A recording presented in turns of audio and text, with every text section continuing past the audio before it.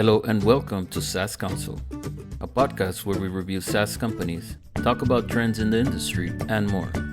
I'm Oscar Hernandez, joined as always by Udit Oscar, founder of PitchGround.com, where you can grab amazing software for up to 95% off. Let's talk SaaS.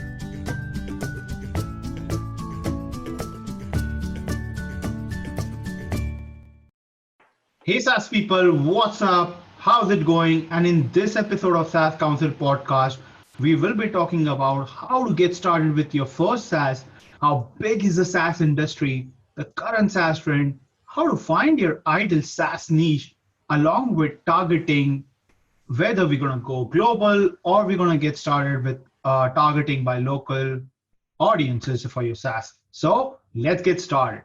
To begin with, we will get started and we will talk about how to get started with your first SaaS. Oscar, what are your thoughts about it? Hey guys, what's up with it? You know what?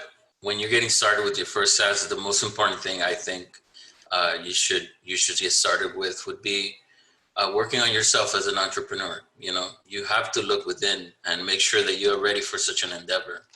I was reading a book by Steven Schwarzman the other day, and he was talking about how it's just as hard to do something big than it is to do something small, because just the act of starting something new and exciting takes all of your energy, right?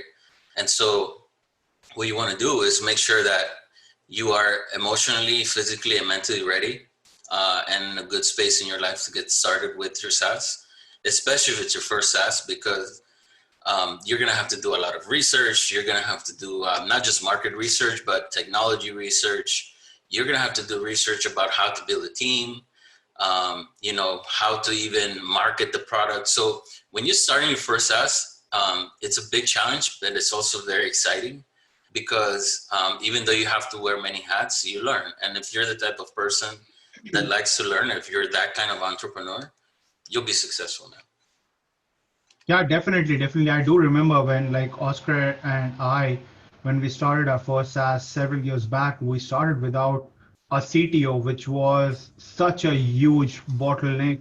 Right. So when we got started, we decided that let's just get an outsourcing agency. I think they'll do a brilliant job. That was one of the first mistakes that we made. The second big mistake that we made was outsourcing it to an agency, first of all. So that's when we really realized that as the first time SaaS founders, building a right management is so very critical, right? And there has to be at least 3 or 4 core members that needs to be involved in your management. First is the person who can really lead the entire team. Second is someone who can lead the entire operations. And operations is such an underrated topic in the company. Whereas if you don't focus on those operations, your company will tumble upon right away. The third and very important thing is technology. You need someone to lead the technology if you want to run a technology company. And the fourth is someone looking into your finances. If you have these 4 basic pillars of your foundation, then that is a great start for your first SaaS. Oscar? Yeah, I mean, honestly, that's great advice. Definitely on point. Just one thing that I would like to add is some people, when they get started, they're by themselves, right? So then you have to kind of figure this out on your own. Take your time. That's what I would say. I would leave it there. Take your time. Plan it out well. Make sure that you are comfortable with what you're doing and you are feeling that every step that you take is a very solid step. And I think you'll be just fine. So let's talk about something else. How big is the SaaS industry right now in terms of the size and the impact globally that SaaS has? As we have seen now with the pandemic, it's grown. So can you talk a little bit about that? Sure. So I think as of now, as per Bloomberg's data, the last I saw, SaaS industry is almost $250 billion industry. And this was a pre-COVID valuation. Post-COVID, it's growing so very rapidly that the data are still not out there. So you can imagine that SaaS is no longer a future, it's actually a present. And this is a great time to start a SaaS. If you are doing a job or if you are very good with technology in general, this is a brilliant time to enter into the SaaS world, I would say. Yeah, definitely. I mean, you've seen companies like Zoom go from, uh, I don't know, 30 million users to 300 million users. I mean, it's insane. And the valuations for SaaS companies has skyrocketed. I'm seeing some like 10 times revenue valuation, 15, 20 time revenue valuations.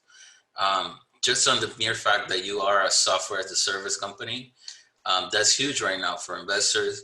They understand that these are the type of technology companies that are gonna grow because we are catering to human needs, right? And a lot of the time now we are seeing SaaS companies that are focused on human to human interactions, whether it be like sales or marketing. And then we also see SaaS companies and SaaS products that are focused on machine to machine interactions, such as Zapier, for example, right? That are doing like API calls and things like that. So SaaS is a very broad concept. The SaaS industry, in short, is just huge, and it's only going to get bigger and better from here, I think. No, definitely. I completely agree with you on that. So that's why I was referring that it's a great time to enter into the SaaS industry right now. If you have any idea, just go ahead and start implementing them. If you still want to play safe, then you can always start it as a side hustle, right? There are 24 hours in a day, and if you are doing a job for 8 hours, 9 hours in any company right now, take the rest 4 or 5 hours and start building up your SaaS. Once you have built your SaaS, launch it, launch your MVP, see if there's a demand for it. And if you see that your SaaS can replace your salary, then just make that transition and make that leap of faith. And you need to trust yourself at that point of stage, because I know it can be very hard for a lot of people to make the transition, but you have to believe in yourself, because if you do not believe in yourself, how do you expect your customers to believe in your product? So you have to take that leap of faith and you have to do that transition, I would say. Yeah, definitely. It's a good thing you mentioned that. Actually, when I started, I didn't start in SaaS, as you know. When I started, it was a tech company. It was a web hosting company. But I didn't take a salary until, yeah, it took about a year and a half for me to even withdraw a piece of a salary. And I was doing a job at the time, back in 2009, 2010. And, it works. You just have to make it work. It does take a lot of sacrifice, but it's something that's doable. And I've seen so many people, such as you. I remember when you started, also you were going to school, you were finishing your master's. So Right. it was challenging times, but look, you wrapped that up, and now you're able to reap those benefits. So definitely, it's something to look out for. What would you say are the current trends right now in the SaaS industry? Where is it heading? Where do you see like most people not only making but also investing in the SaaS industry right now? I think one industry that's really booming up is anything that has to do with internal team communication, with majority of the IT companies going remote or looking to transition or have already transitioned. They are using some very popular apps out there, which is available in the market. And when there are more apps that are coming out, when there are more users coming on the internet, the demand for such kind of application grows. So definitely there are a wide range of such products that solves any sort of problem when it comes to communicating either with your customers or either communicating within your team. Doesn't matter whether it's a video calling app or whether it's a chat app. It doesn't matter, right? But those core communication apps are so very critical when you're going live right now. And we have seen such a huge trend, so many new companies coming up and building such tool. But what do you think, Oscar, if everyone is taking that route and building those sort of SaaS apps, do you see building another one, or do you feel like you can solve those challenges in a different way, or you just want to follow the trend at the same time? What do you feel about it? I think right now the trend is pretty new. I think we were seeing some SaaS that were focused on communication, on teamwork, and it just obviously skyrocketed with everybody working from home. So the obvious play for everyone has been, okay, let's build tools for people who work from home. Let's build tools for managers that are managing people who work from home, like those timesheet apps, right, that are coming out. Let's build, Calendly alternatives, right, Zoom alternatives, things like that. You see that now, and I think it's healthy to follow this trend because there are a ton of people in the world. I mean, when I started in SaaS, I didn't realize, and I think you helped me realize this for a very long time, that there are so many people. Like, this world is just so big, and online, Right. when you're doing something online and on the internet, you literally have a reach that is of billions of people, right? And that is something, like, us humans, we're not ready for those type of numbers. I think when it comes to like really big numbers and deep time and things Right. like that, we're just not ready to think about those things. It's not a natural thing for us. Like, we can picture a dozen oranges, right? But can you really picture a million oranges or a billion oranges? No, right? And so that's just not a natural thing to do. That's not how we think. And so when it comes to SaaS trends, this has been one of my worries too at times when I'm building a SaaS or any kind of product, really, is this a saturated market?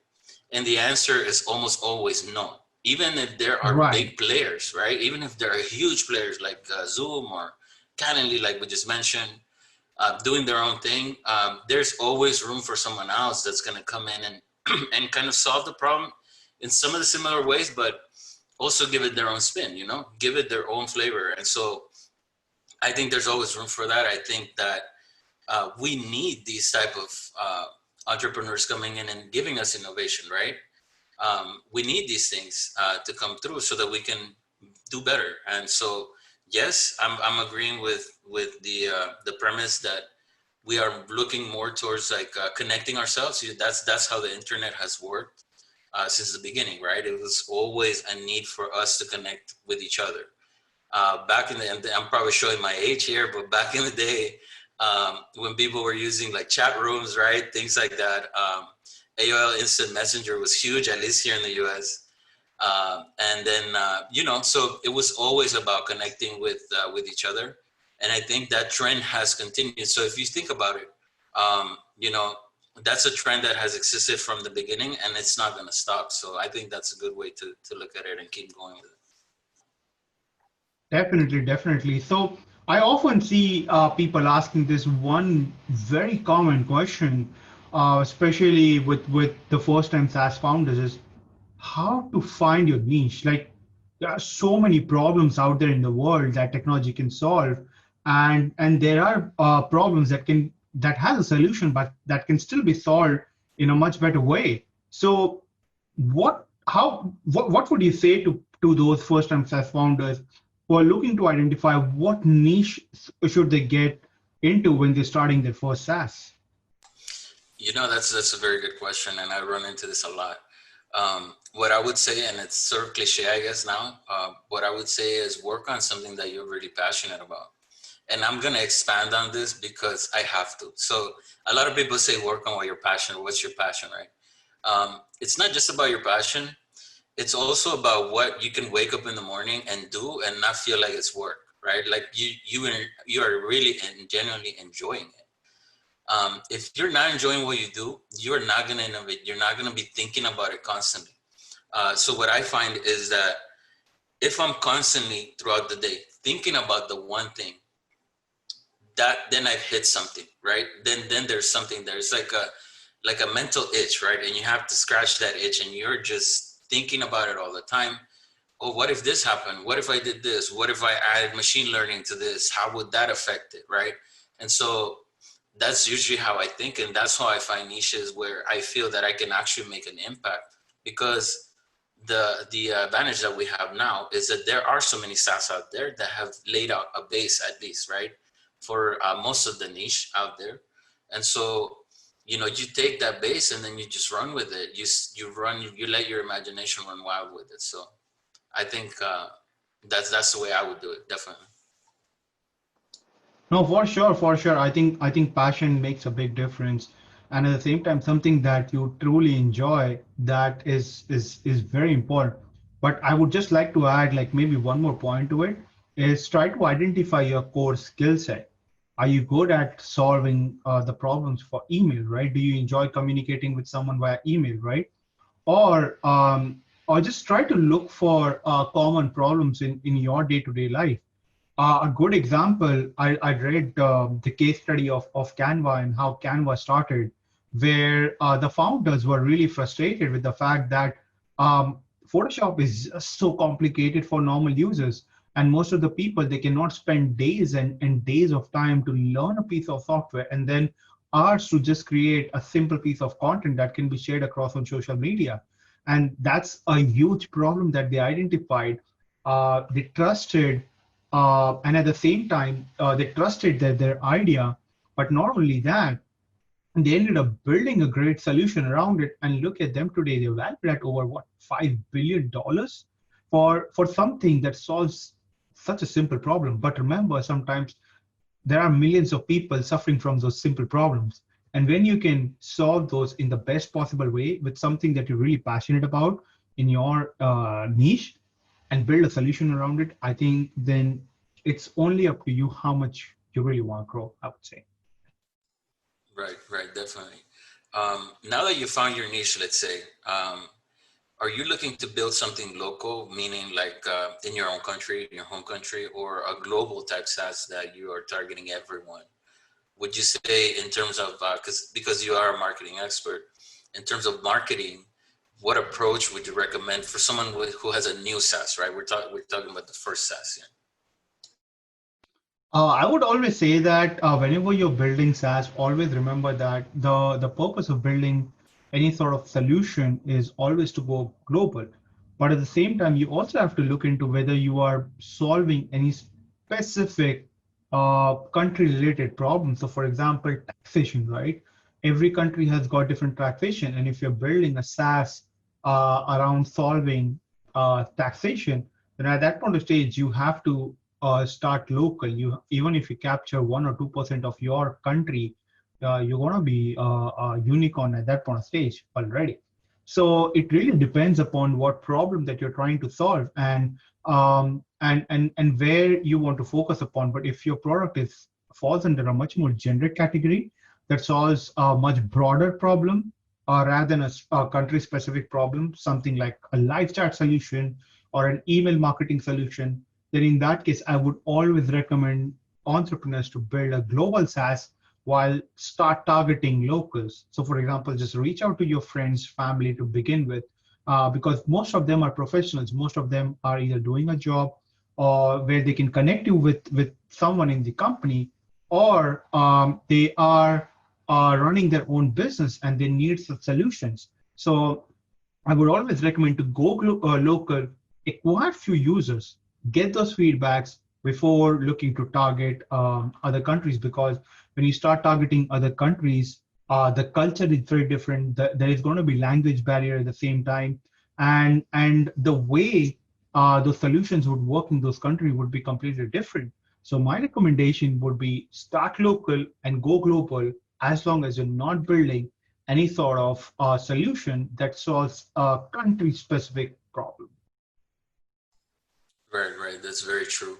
I would just add to that yeah, depending on your SaaS, but let's say you are a SaaS that has global appeal, I would still, be open to global markets, but at the same time, try to connect with businesses locally that could use your services, because sometimes that Exactly. local connection can help you close sales and get you Exactly. some traction, right? And so if you're trusted, especially locally, that this happens at least here in LA, where if you've worked with other companies around downtown, let's say, right, downtown Los Angeles, um, people know people and they know who is there, right? And so if you say, I've worked with X, Y, and Z, I've worked with so and so, our data center is right down the street. That makes a big difference when you're trying to close big clients. So I would just add that. Definitely, definitely. And at the same time, if you're looking to get started with the first traction for your SaaS business, then you can definitely reach out to us at support@pitchground.com. and we would be more than happy to help you out, guide you through if you're a first-time SaaS founders, and help you launch on PitchGround, which is an exclusive SaaS marketplace platform that helps you to launch your MVPs and get early traction and early bird. With that, we will be wrapping up this episode. Thank you so much for joining us, and you will see us coming back tomorrow with a brand new episode. Until then, take care and keep building your SaaS. See you later, guys.